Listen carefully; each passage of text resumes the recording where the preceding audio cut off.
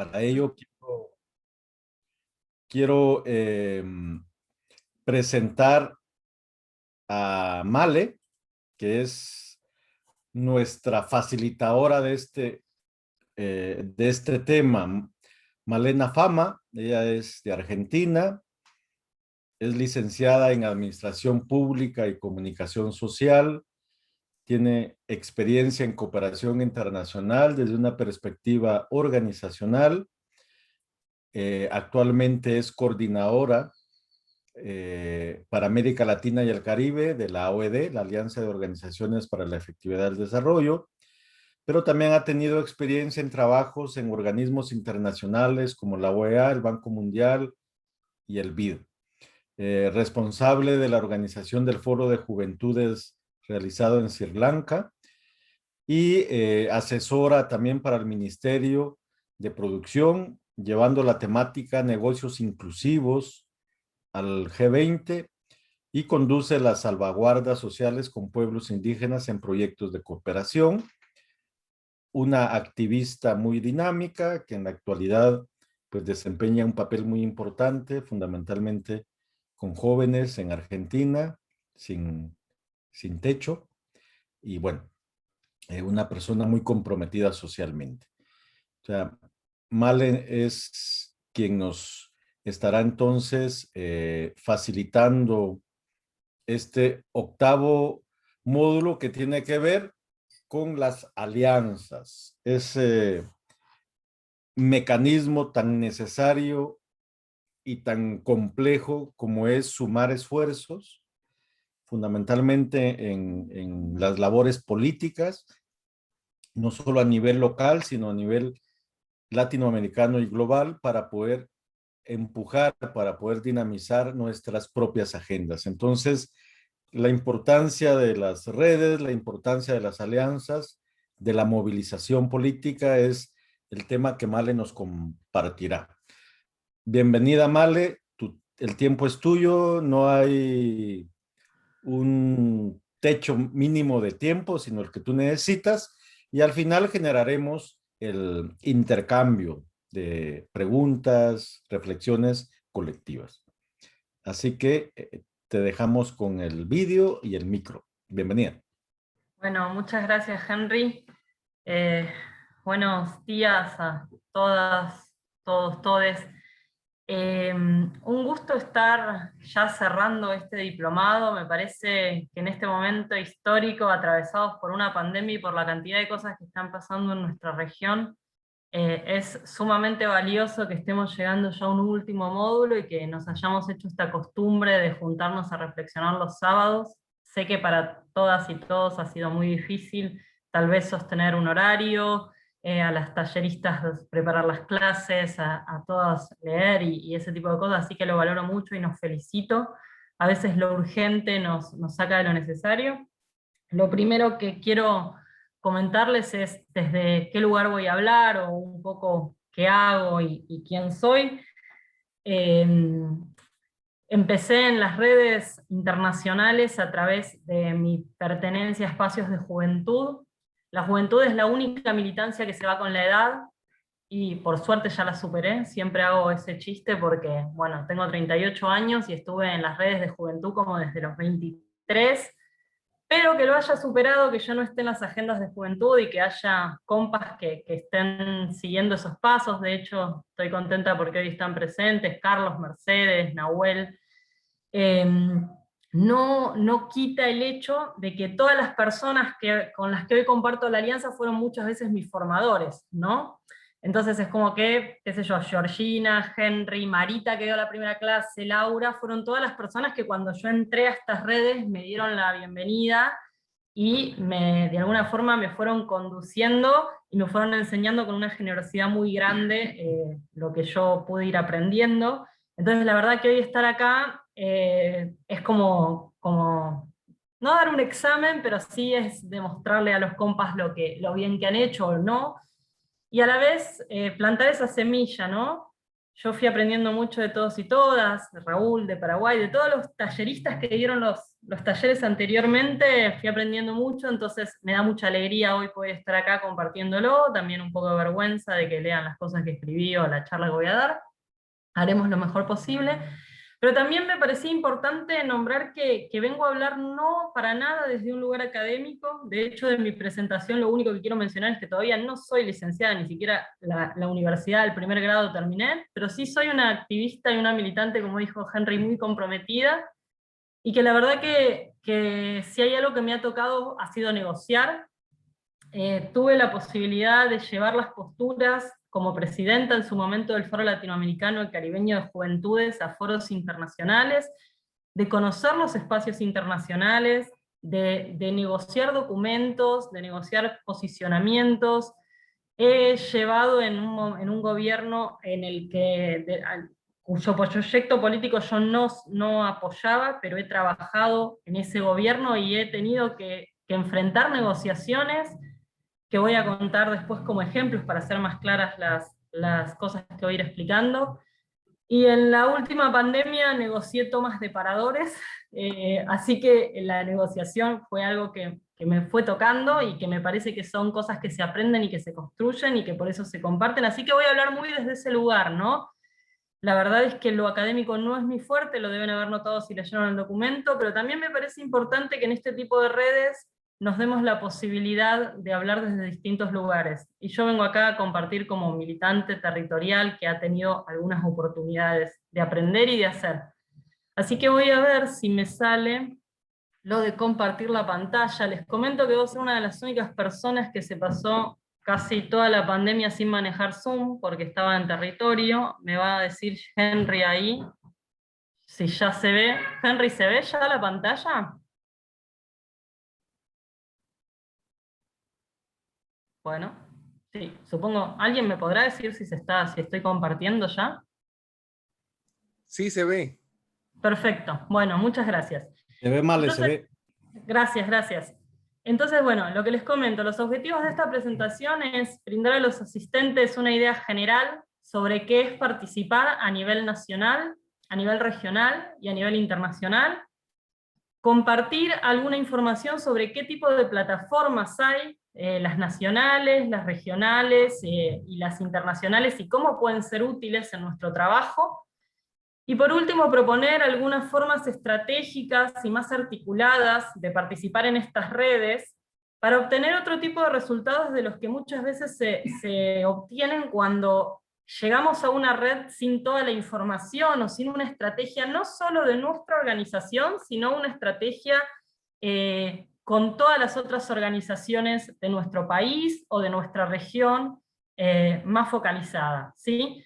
Y a la vez me parece, como dije recién, que es importante cómo hacer que estas estrategias potencien nuestro trabajo territorial y nuestro trabajo militante.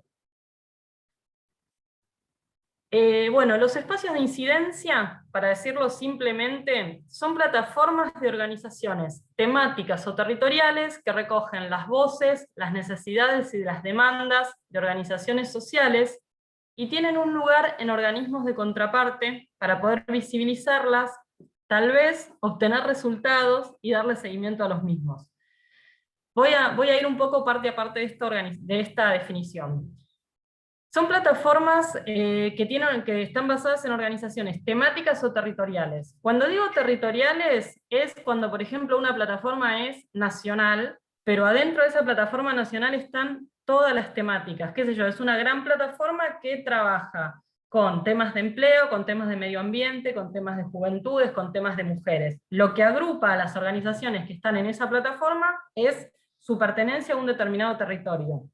Ahí puede ser la plataforma municipal, la plataforma de una localidad que trabaja con varias organizaciones juntas, puede ser una plataforma nacional donde hay representantes de diferentes estados o provincias, o puede ser hasta una plataforma regional. Ahí nos agrupamos por geolocalización, básicamente. Y después tenés plataformas temáticas, en las que puede que haya gente de los distintos territorios que recién mencioné, pero enfocados en un tema específico.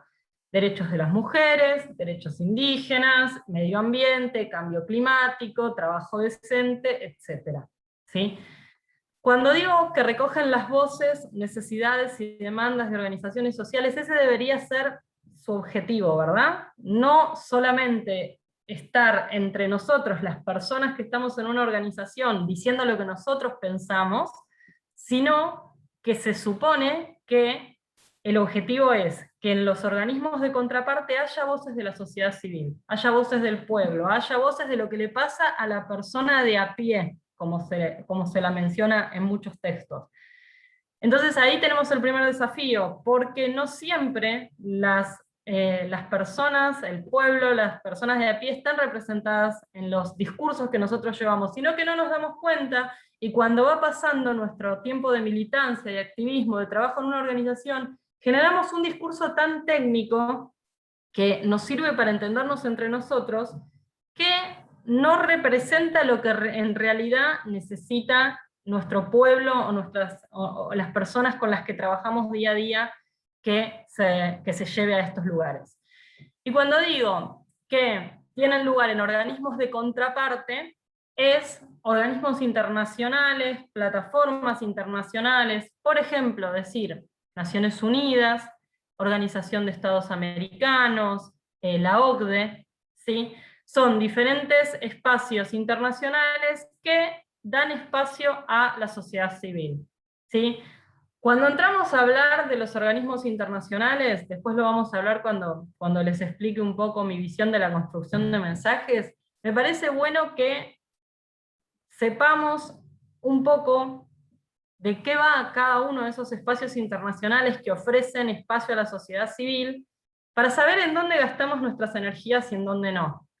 Por ejemplo, las personas, o la mayor parte de las personas que estamos en la OED, por lo general no gastamos nuestro tiempo haciendo que nuestras organizaciones traten de llevar mensajes a la OEA, por ejemplo, en este momento histórico y en este momento de Latinoamérica. Es un lugar que tiene participación de sociedad civil, pero la verdad es que no somos de involucrar nuestro tiempo en tratar de ir a la OEA, porque sabemos que en este momento en la OEA hay otro tipo de organizaciones. La ONU se transforma en un espacio mucho más plural, aparte la ONU es quien está liderando la Agenda 2030, de quien la compañera Laura dio una muy buena presentación.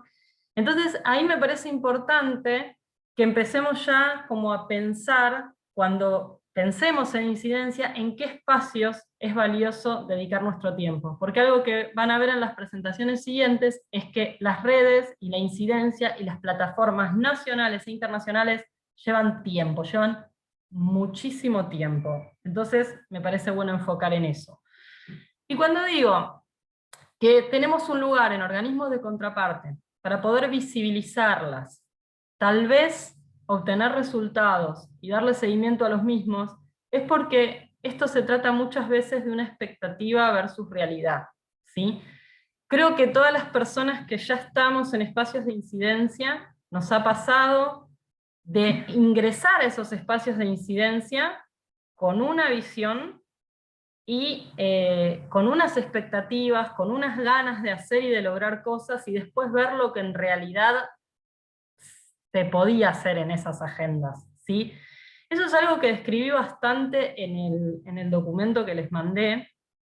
Me parecía que desde el lugar que les dije que les iba a hablar, podía ser útil que escriba en ese documento cosas que tal vez no van a sacar de un libro. Si ustedes buscan un libro sobre cómo incidir en la ONU o cómo son los mecanismos tradicionales para llegar a una agenda, ustedes van a poder encontrar un montón de material. Pero me parece que hay cosas que las podemos charlar más como en esto, ¿no? Como en una charla de militante a militante, que uno no tiene tan en claro cuando entra a una red.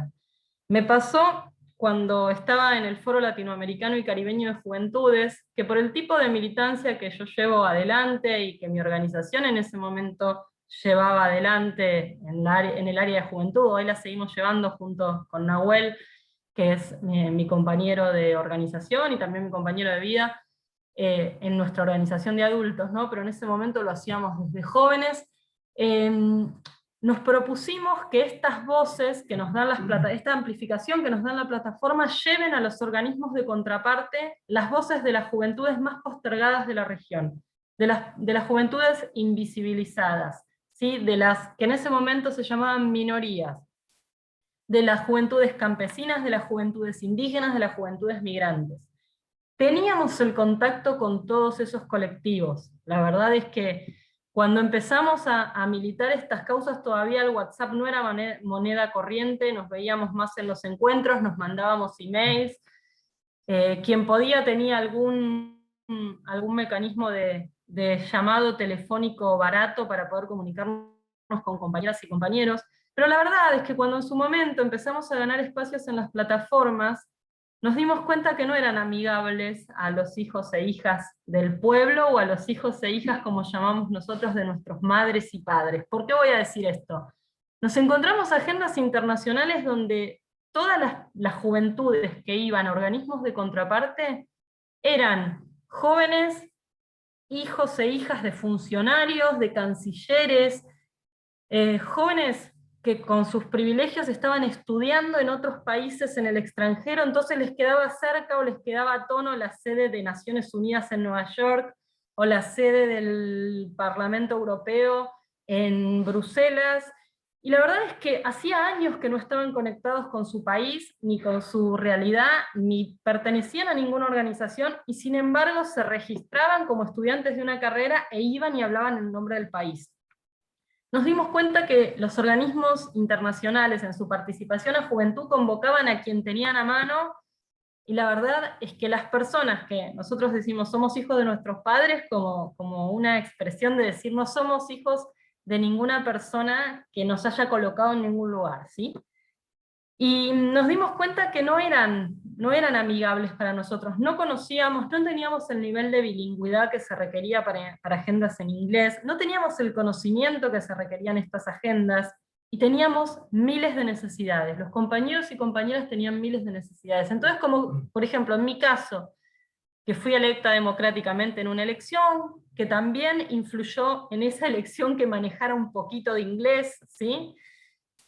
Tenía que llevar las voces a los organismos de contraparte, me ponía a hablar con toda la compañerada, salían unas cuestiones tremendas que hoy en día lamentablemente siguen siendo problemas y siguen siendo invisibilizadas, y yo empezaba a recoger todas esas demandas, y la expectativa que se generaban los compañeros y compañeras por no conocer del todo el funcionamiento o lo que se podía esperar de estas redes, era fuerte. Por ejemplo, en ese momento teníamos a nuestra organización en Honduras militando muy fuertemente por el tema de la crisis humanitaria y de la cantidad de niños, niñas y jóvenes que estaban en la frontera de Estados Unidos sin poder entrar y sin poder volver.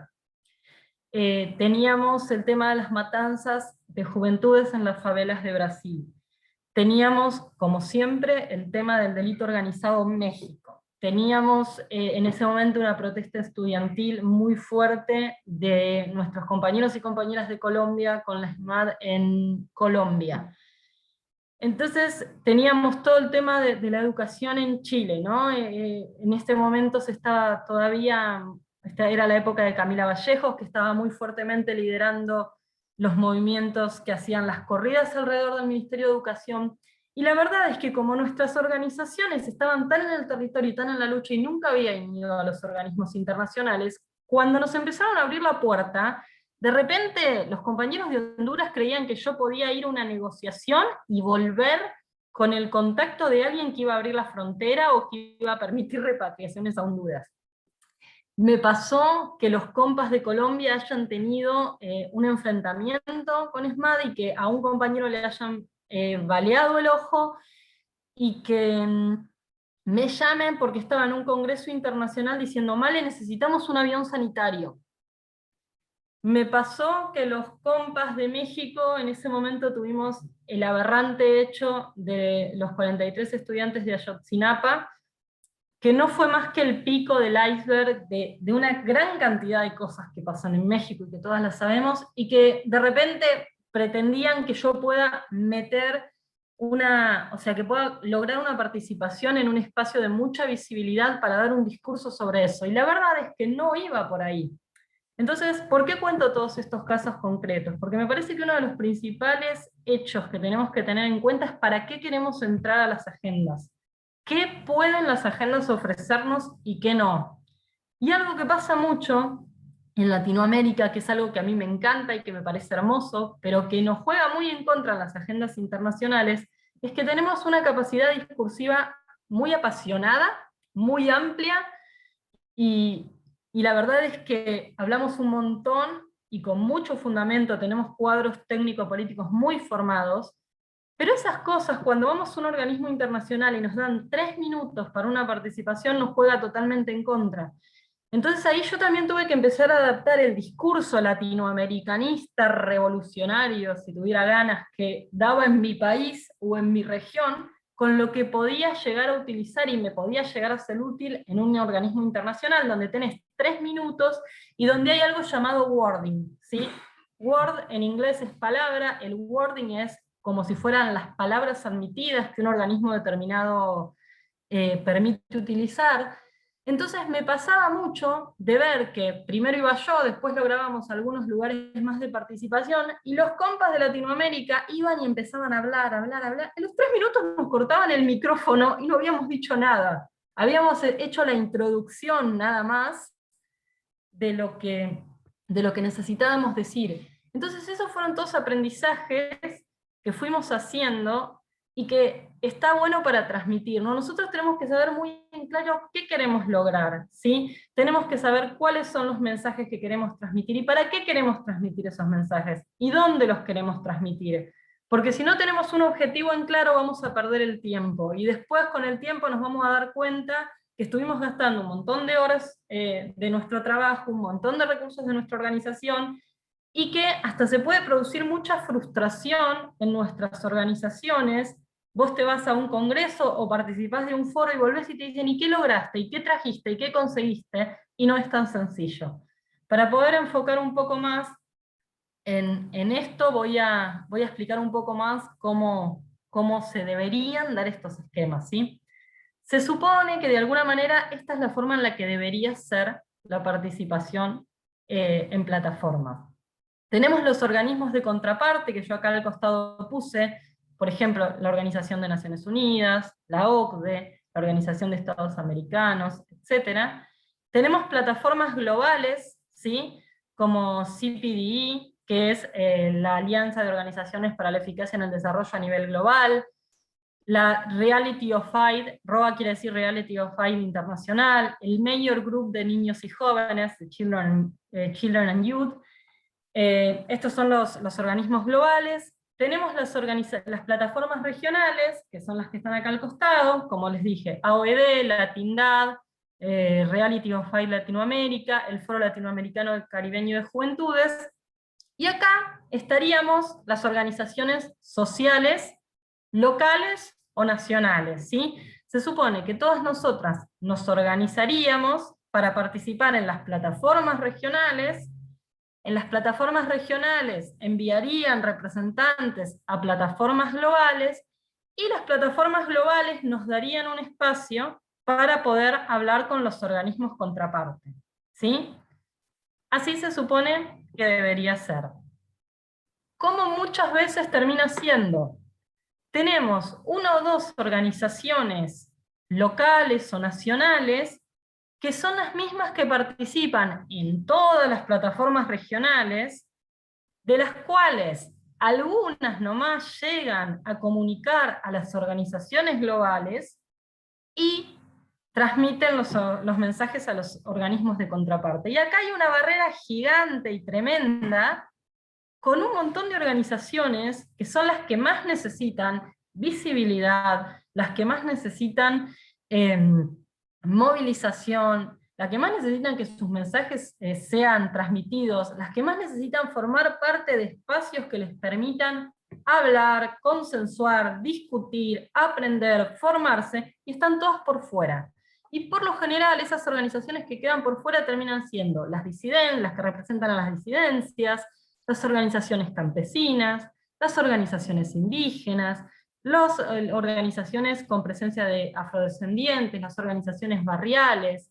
Entonces, se termina generando como una élite de la que nuestras organizaciones tal vez terminan formando parte, que si no hacemos el esfuerzo Como siempre, el esfuerzo se le exige a la organización que más oportunidades tiene. Entonces, si nosotros no hacemos el esfuerzo de mantener diálogos sostenidos y de incluir a estas organizaciones en los diálogos, estas organizaciones no llegan jamás, ¿sí? Sus voces no llegan jamás. Ya bastante triste es que, por ejemplo, cuando hablamos de mujeres víctimas de violencia, de mujeres que realizan tareas de cuidado, y la ONU, a través de ONU Mujeres, quiere hacer una consulta, ya bastante triste es que vaya yo, como mujer que no vivió ninguna de esas situaciones, a hablar en nombre de un montón de mujeres, ¿sí? Ya eso ya es bastante triste. Si encima hablo por sentido común, por una investigación y no le consulté a nadie, ahí ya se vuelve paupérrima la participación. Pero también hay una participación que en Europa le dicen la participación tokenística, y que cuando lo traté de traducir al español decía la participación de florero, o sea, cuando ponen a alguien como adorno en un lugar, que es cuando de repente, sin explicarle nada a los compañeros y compañeras, o sin hacerlos partícipes de todo el proceso que llevó una discusión, los invitamos a un evento internacional de adorno, ¿sí? Como se darán cuenta, no hablo de una manera muy políticamente correcta, pero esto sucede.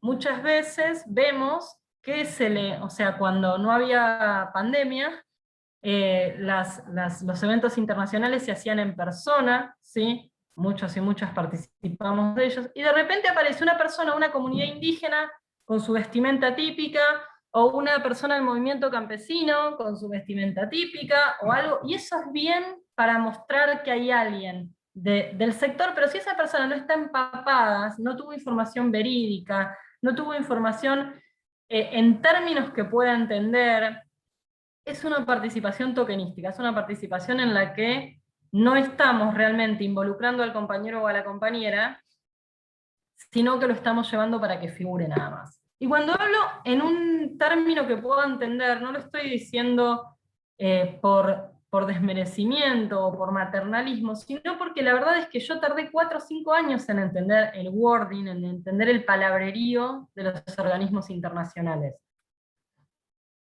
Entonces, la verdad es que es muy importante que las personas que vamos a formar parte, en nombre de nuestras organizaciones, de espacios de incidencia internacional, tengamos el tiempo para informarnos, el tiempo para estudiar, el tiempo para leer, y a la vez para poder traducir, porque realmente se trata muchas veces de traducir la información que nosotros vamos a discutir a nuestros territorios, para que nos puedan dar sus inputs, para que nos puedan dar sus opiniones, y recién ahí podamos adaptar esas opiniones a las palabras que son aceptadas en los organismos internacionales, y ahí podamos llevar mensajes que sirvan y que puedan ser recibidos por las organizaciones de contraparte.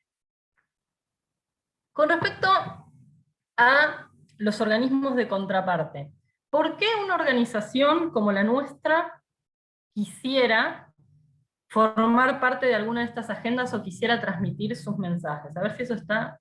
Ahí está. Voy a ir a este y después vuelvo al anterior. A ver.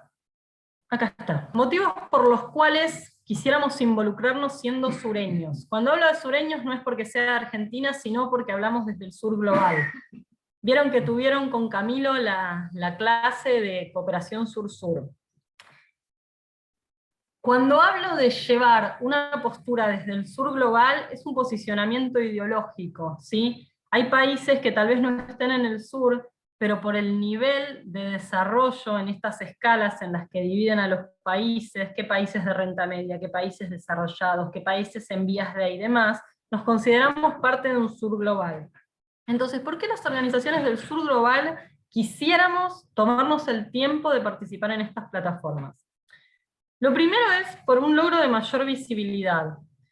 Algo de lo que escribí en el documento y que me parece que está bueno que podamos reflexionar es que el cerco mediático cada vez es más grande. Ustedes vieron que en la época de mayor conectividad de la historia tenemos la menor capacidad de entender lo que está pasando de verdad. Nosotros consumimos información y no tenemos la posibilidad de analizar qué información es real, porque hay tanto mensaje, hay tanta cosa, que es muy difícil saber qué es lo que está pasando de verdad. No sé si les ha pasado, pero a veces alguien les escribe a mí me ha pasado diciéndome, Malena, en Argentina hay una guerra civil. Y yo le digo, no, la verdad que acá no está pasando nada, y mirá que estoy en contacto con el territorio, pero te escriben diciendo que hay una guerra civil en tu país. Bueno, y eso mismo pasa, por ejemplo, cuando hay manifestaciones por los derechos humanos, o todas las cosas que están pasando, saben que el cerco mediático es gigante. Entonces, las causas y los motivos por los cuales llevamos las luchas que llevamos, estamos haciendo las campañas que hacemos, necesitan mayor visibilidad. Y no es lo mismo tener esa visibilidad con las organizaciones que nosotros nos comunicamos en territorio, que poder llevar esas luchas o esa visibilidad a otro nivel. Cuando nosotros estamos en una plataforma, tenemos la posibilidad de contactarnos con compañeros y con compañeras que tienen cierta afinidad con nuestras ideas, tienen cierta afinidad con nuestros principios, y la realidad es que, bueno, les presento a Serena, que se acaba de meter en la conversación. La realidad es que es mucho más fácil cuando nosotros podemos consensuar esas opiniones y podemos comparar la realidad de lo que está pasando en el territorio con lo que dicen los medios. A la vez podemos dar las explicaciones de las cosas finitas que están sucediendo en nuestro territorio con muchísima más propiedad, ¿sí? Otra de los motivos por los cuales está bueno estar en las redes es que sumamos aliados a nuestras causas, ¿sí?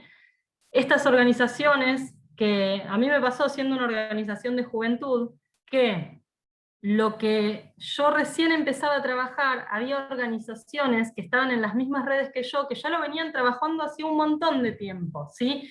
Entonces yo pude aprender muchísimas buenas prácticas y pude vincularme con personas que me ayudaron a hacer red para que las causas que nosotros teníamos que llevar pudieran llegar de una mejor manera, tuvieran un mejor impacto, nos dijeron por dónde ir, nos dijeron a qué oficinas tocarle la puerta de los organismos internacionales, a qué oficinas no, y la verdad que eso nos ahorra un montonazo de tiempo. Bueno, eso es con respecto a conocer las buenas prácticas de otras organizaciones en materia de incidencia. Otro de los grandes motivos por los cuales involucrarnos es un tema de aprendizaje. La verdad es que el activismo, cuando pasa a ser un modo de vida, cuando deja de ser solamente un trabajo o algo que nos gustó durante un tiempo, requiere de un aprendizaje permanente y requiere de un sentimiento de solidaridad que nos permita confrontar el sentimiento de soledad.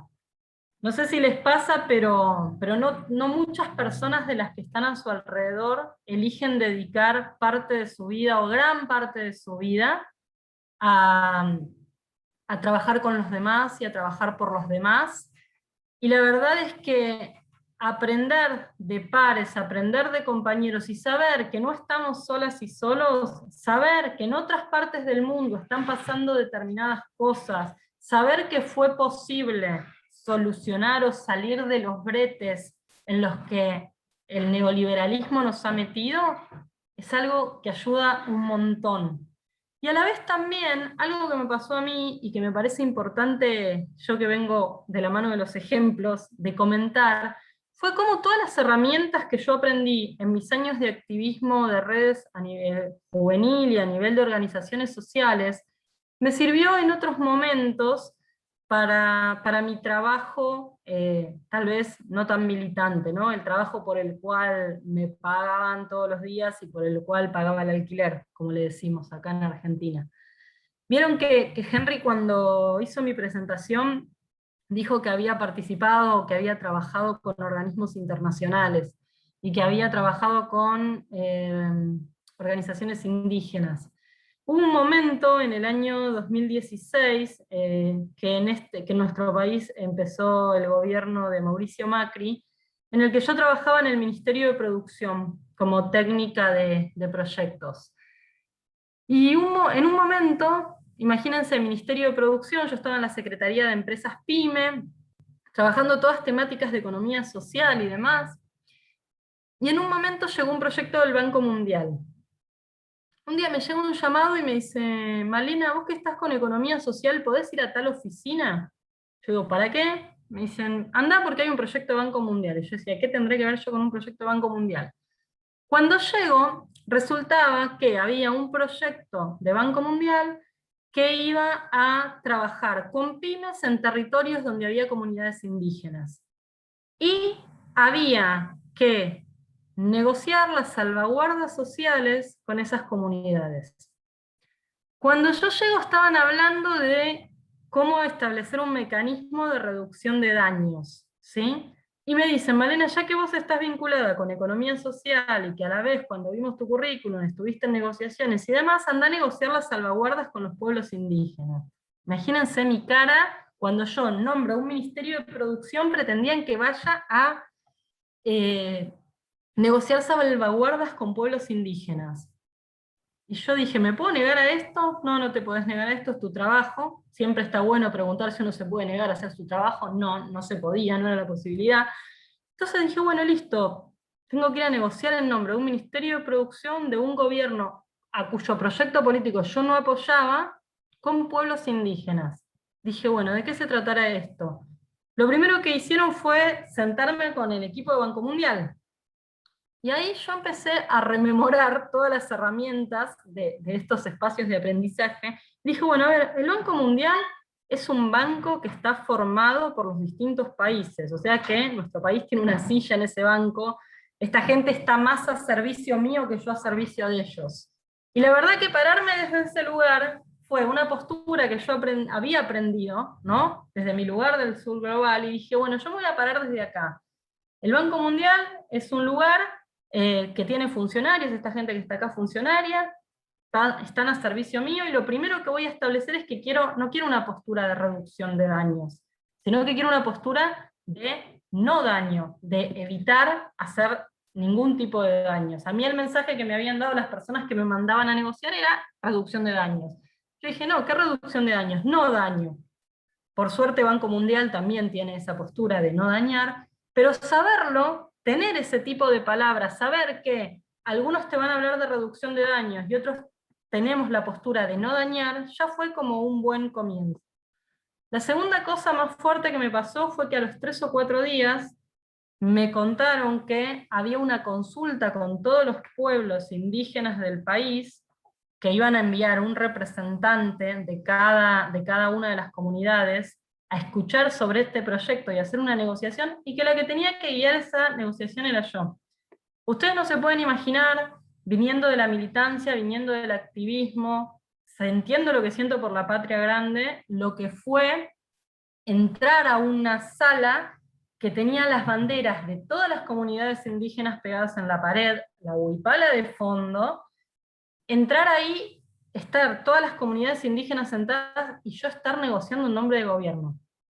Fue una de las cosas más difíciles que me pasó en mi vida laboral.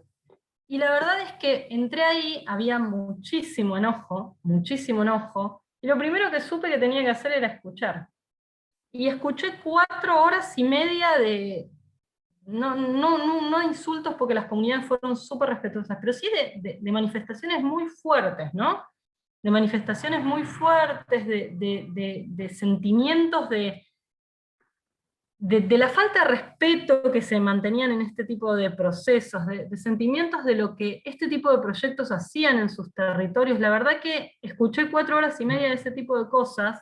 Y la tercera cosa que me ayudó muchísimo, que había aprendido en todos estos años, es que uno tiene que saber en qué rol va a negociar, con qué voces lleva, ¿no? Yo tenía las voces de mis jefes que me decían lo que yo tenía que lograr, pero también sabía lo que era yo como negociadora y conocía mis límites.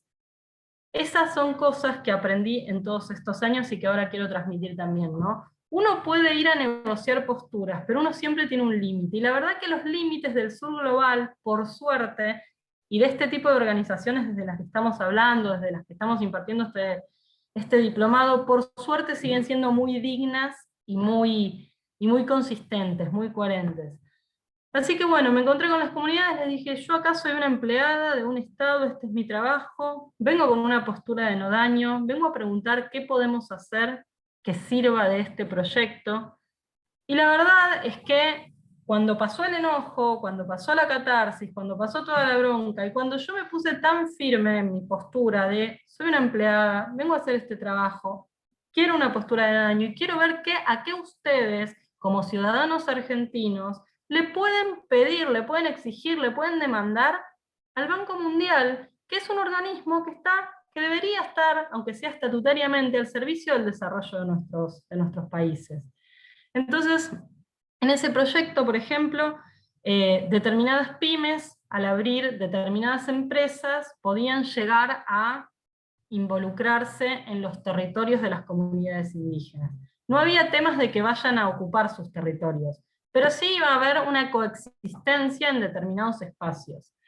Entonces, cuando pudimos hablar con un poco más de tranquilidad, pudimos enterarnos, bueno, como siempre, las necesidades que tenía la comunidad, las necesidades de puestos de trabajo, de que hay algunas personas que desean trabajar solamente dentro de la comunidad, pero hay otras que desean poder trabajar con los criollos, como nos dicen, al menos acá.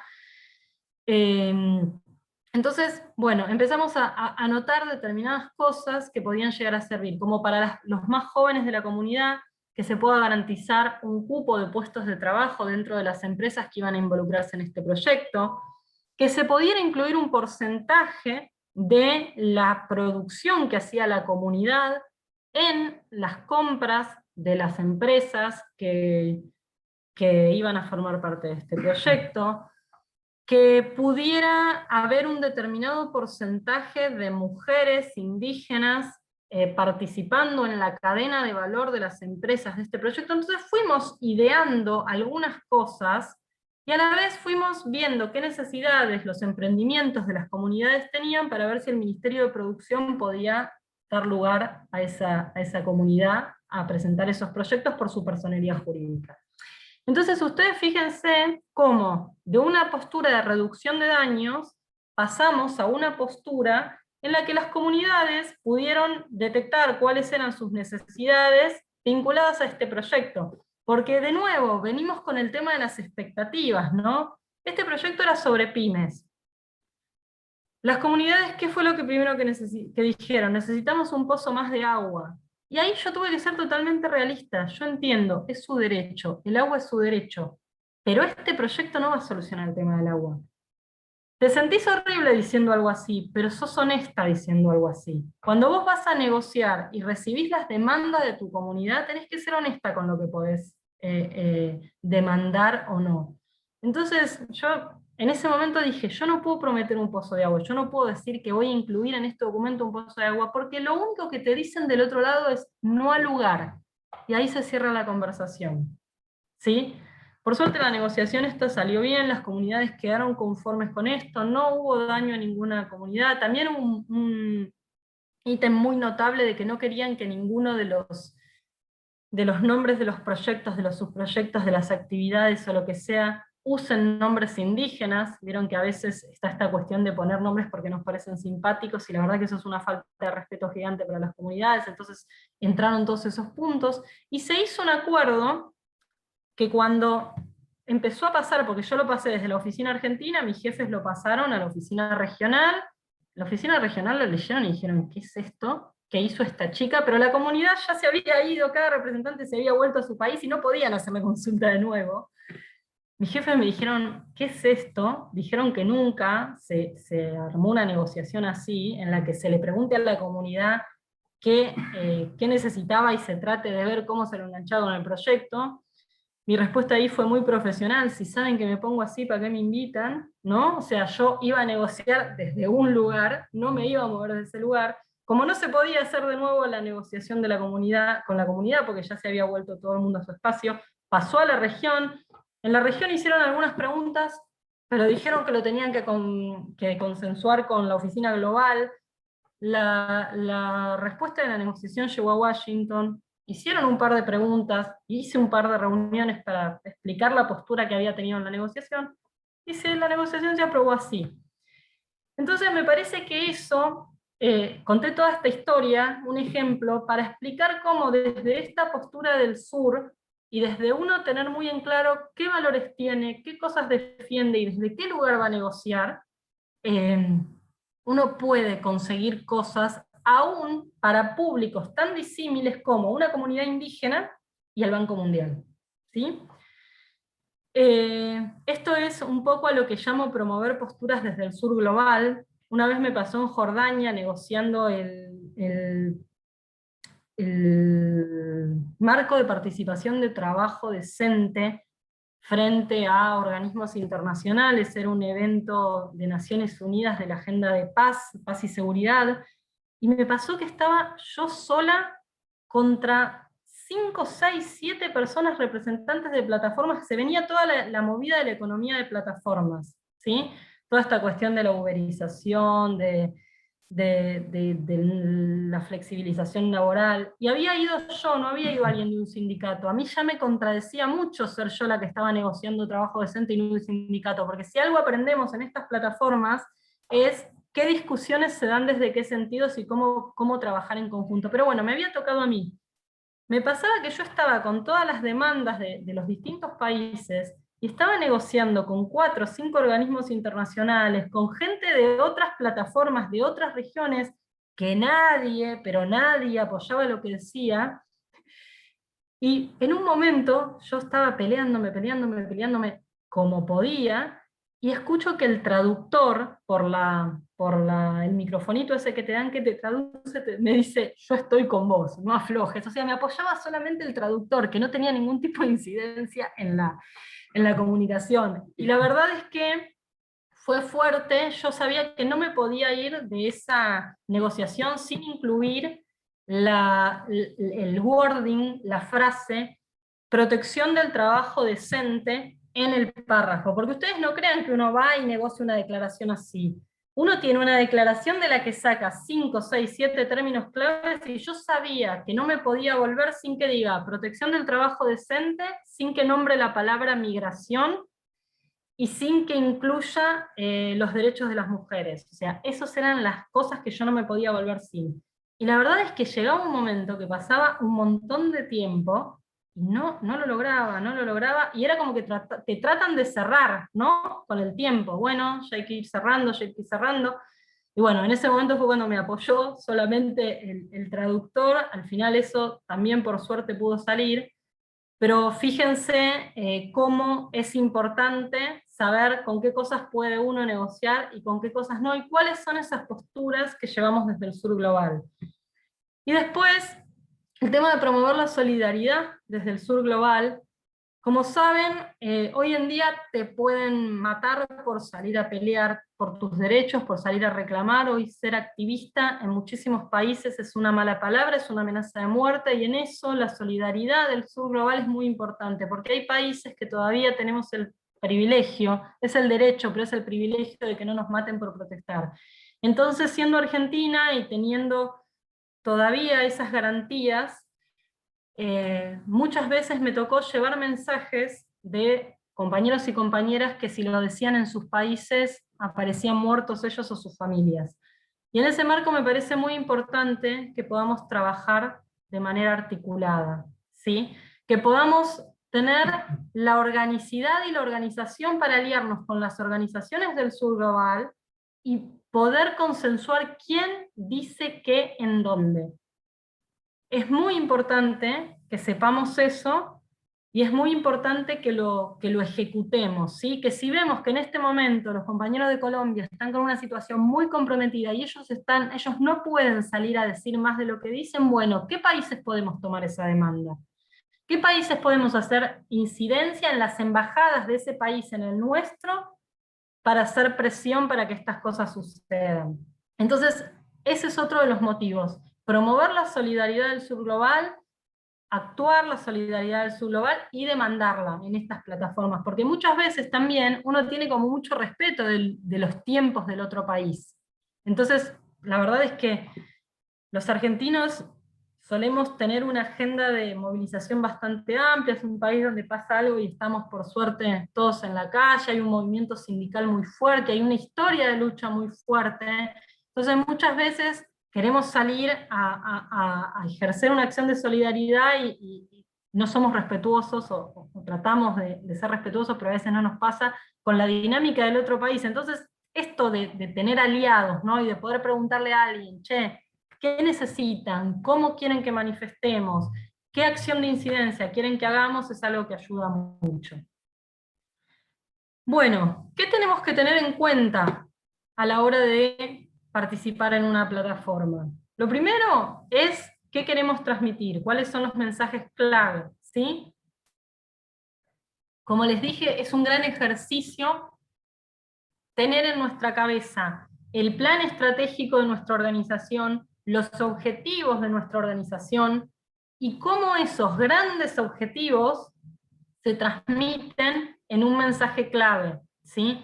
Por ejemplo, vuelvo a los ejemplos, Foro Internacional de Sri Lanka, se cumplía aniversario de Malvinas, que ustedes saben que Malvinas en Latinoamérica, porque tenemos esta solidaridad global, pero en Argentina es un tema muy, muy duro, que nos pega mucho en el corazón y en la memoria histórica a los argentinos y argentinas. Uno de los compañeros quería meter el tema de Malvinas en la reunión de Foro de Sri Lanka. La verdad es que la forma de hablar de Malvinas en Sri Lanka, en Naciones Unidas, es a través de la agenda de descolonización. Vos podés hablar de la memoria, podés hablar de la justicia, podés honrar a las madres que tienen a sus hijos e hijas enterrados en Malvinas y no tienen la posibilidad de ir a llevarles una flor a la tumba. Pero todo eso que a los latinos y a los argentinos nos comprime el corazón, en Naciones Unidas se llama Agenda de Descolonización. Y si vos lo hablas en un espacio que no es el de Agenda de Descolonización, es no al lugar, te apagan el micrófono y se acabó la discusión. Entonces ahí tenemos que ver en qué lugares tenemos que ir con nuestros planteamientos ideológicos, matizados de sentimiento o embargados de sentimiento, y en cuáles lugares tenemos que ser concretos. Entonces los mensajes claves, por ejemplo, en este caso es: queremos que sea revisado el caso Malvinas en el marco de la agenda de descolonialización. Punto. Si hay algún objetivo más, ¿y por qué queremos tratar el tema Malvinas? Por el derecho de las familias a que puedan acceder al territorio, las que tienen hijos e hijas enterrados allí, el tema de soberanía, o sea, palabras muy claves, mensajes muy claves, ¿sí? Después lo segundo es, ¿qué queremos lograr con este mensaje?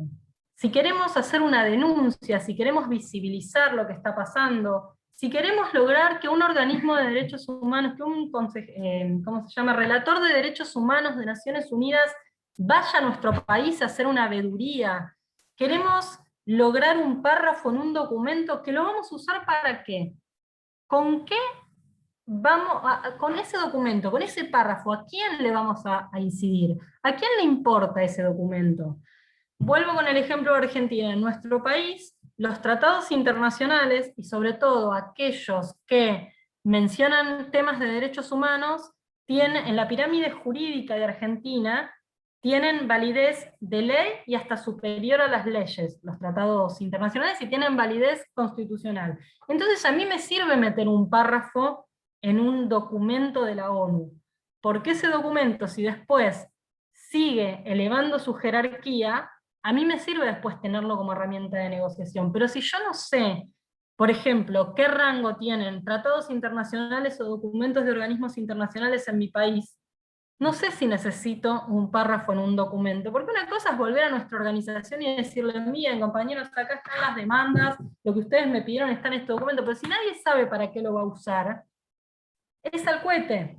Entonces, ¿qué queremos lograr con el mensaje y qué vamos a hacer? Una vez que logramos que ese mensaje esté ahí, ¿para qué lo vamos a utilizar?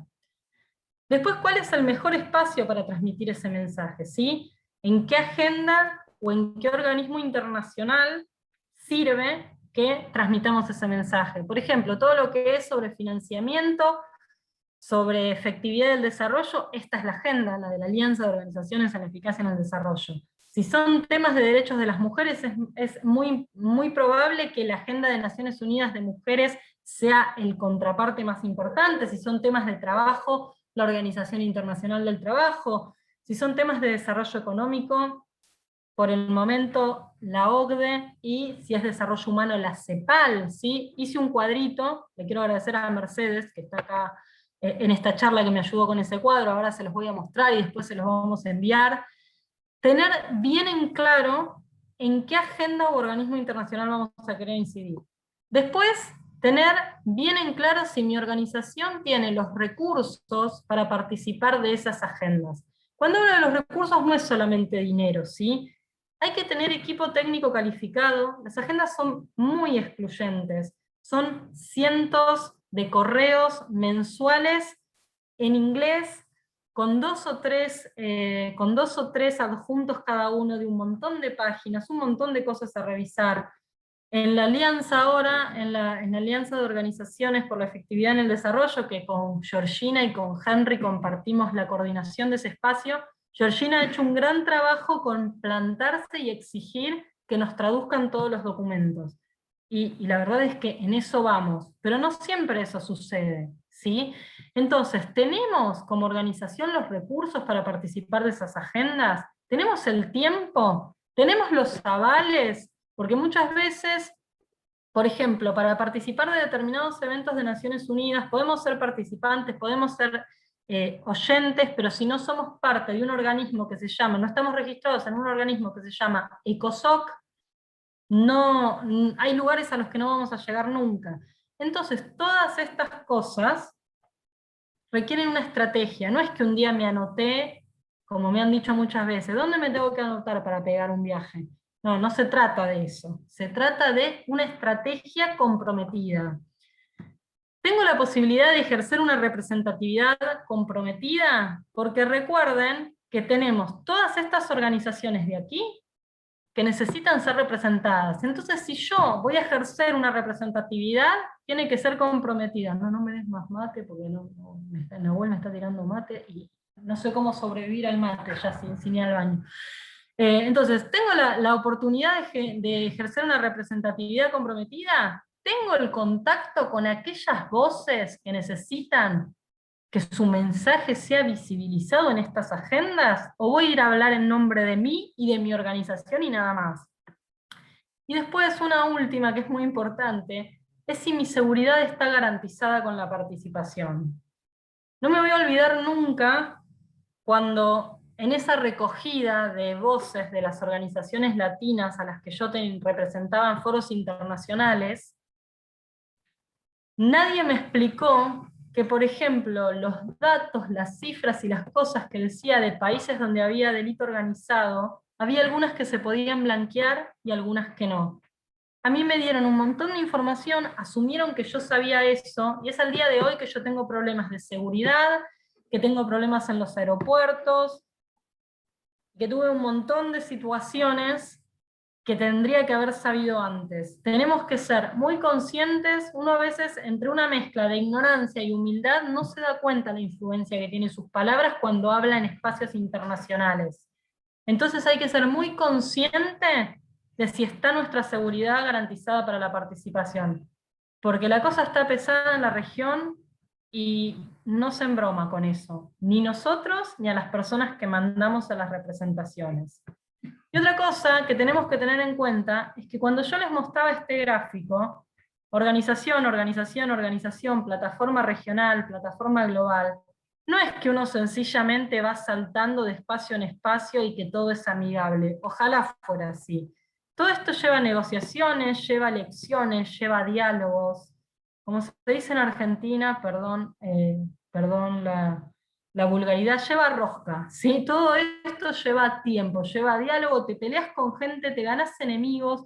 Entonces, repito, que sea una estrategia, porque la verdad es que empezar a saltar de espacio en espacio de acá te hace generar enemigos, te hace generar un montón de aliados, ¿sí? Un montón de solidaridad, un montón de organizaciones geniales, pero también te genera muchos enemigos. Entonces uno tiene que saber si es lo que necesita su organización en ese momento, y si tiene el tiempo para hacer todo eso, y si tiene las ganas, y si tiene la energía, y si es lo que le gusta, ¿sí? Mi tiempo, que es lo único que no se recupera, que por más de que lo tome desde una concepción latinoamericana, es en lo que se me va la vida. Mi tiempo de activismo, ¿en qué quiero ocuparlo? me siento que lo que más impacta o lo que más ayuda en mi organización es que yo le dedique tiempo a estas agendas. ¿Sí? ¿Cuánto tiempo? ¿Con qué estrategia? Eso me parece que es el ABC de cómo empezar a participar. Y después, ¿cómo nos involucramos en una plataforma? Una vez que tuvimos todas estas discusiones, decidimos en cuál o en cuáles, y ojo con el cuáles, ojo de querer asumirlas todas. Si no tenemos autorización para la representación institucional, lo charlamos con nuestros referentes, ¿sí? Yo en este momento soy dirigente de mi organización, entonces si quiero participar en una organización, lo sociabilizo para que mi equipo me dé input y todo, pero yo tengo la posibilidad de decidir. Cuando vos estás trabajando en una organización como colaborador, como empleado, cuando no sos miembro de la comisión directiva, siempre tenés que preguntar si podés participar. Porque si no, tal vez te metes en una agenda en la que no tenés permiso y se te arma lío. Después definimos y consensuamos nuestros mensajes clave, ya hablé un montón sobre eso. Nos informamos sobre la plataforma, sobre sus mecanismos, sobre sus formas de participación, en qué horarios son las reuniones, por qué medio, cuántas horas lleva, qué promedio de mails por semana. Son cosas que si vos las preguntás al organizador de la plataforma, las sabe, ¿sí? Es raro decir, che, ¿cuántos mails por semana son? ¿Y en qué idioma? Tal vez a uno le es raro preguntar eso, pero son preguntas que la persona que te recibe en la plataforma te va a poder contestar. Llenamos los formularios necesarios y presentamos los avales institucionales, ¿sí? Eso es imprescindible. Comenzamos a atender a los llamados y a las propuestas de participación. Va a haber Zooms, va a haber reuniones cuando pase la pandemia presenciales, nos van a llegar propuestas de participación, nos van a llegar documentos en los que escribir, etc. Empezamos a hacer esa participación y, muy importante, comunicamos lo que va sucediendo a nuestra organización o a nuestras membresías. Esto no es unilateral, la información circula.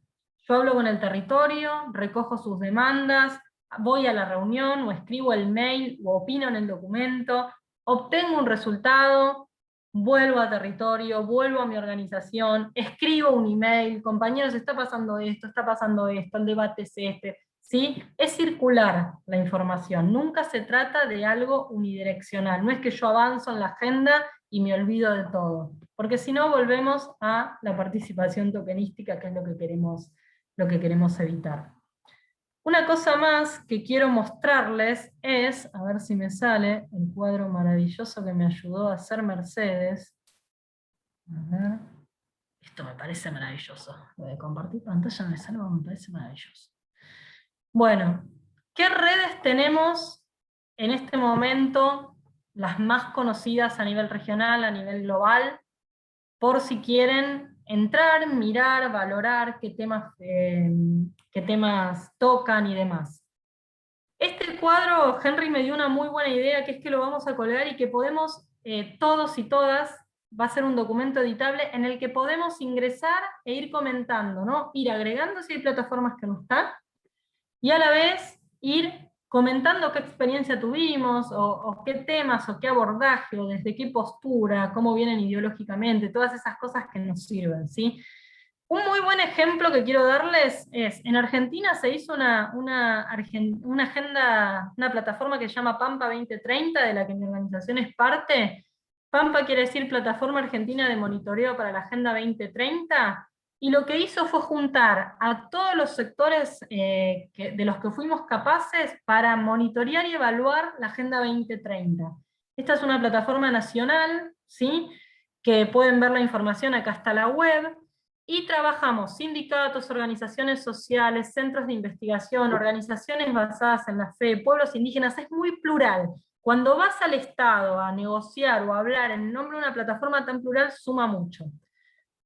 Después, a nivel internacional está Action for Sustainable Development, que se abrevia A4SD, acá tienen la página web, es sobre todo divulgación de la Agenda 2030 y el Acuerdo de París. Tenemos Forus, ¿sí? Que es otra agenda internacional, que promueve la inserción de la sociedad civil en el armado de políticas públicas a nivel regional e internacional. Tenemos Reality of Fight, que es sobre todo con el desarrollo de cooperación internacional, tiene que ver sobre todo con eso y con erradicación de la pobreza. Pueden ver, Henry, Georgette son parte de esta red también. La mesa de articulación, que es un espacio que busca contribuir a las acciones y a las redes particulares de ONGs de Latinoamérica, trata el tema de entorno habilitante, el tema de fortalecimiento de sociedades democráticas y demás. Tenemos Latindal, que trabaja con temas de justicia fiscal, economía alternativa al capitalismo, justicia climática. Bueno, tenemos la Alianza, que es este espacio que nos convoca, que trabaja sobre el tema de efectividad del desarrollo. Tenemos GCAP, que es la Alianza Global contra la Pobreza. Y después acá también tienen un link a las principales agendas de la ONU que tienen participación de sociedad civil, ¿sí? Vamos a compartir este documento después. Y después las redes nacionales, ¿sí? De los países que encontramos. Así que bueno, por ahí voy dejando yo. Quedo a disposición para las preguntas o para que charlemos un poquito más. Gracias, Male, por tu particular forma de trasladar tus reflexiones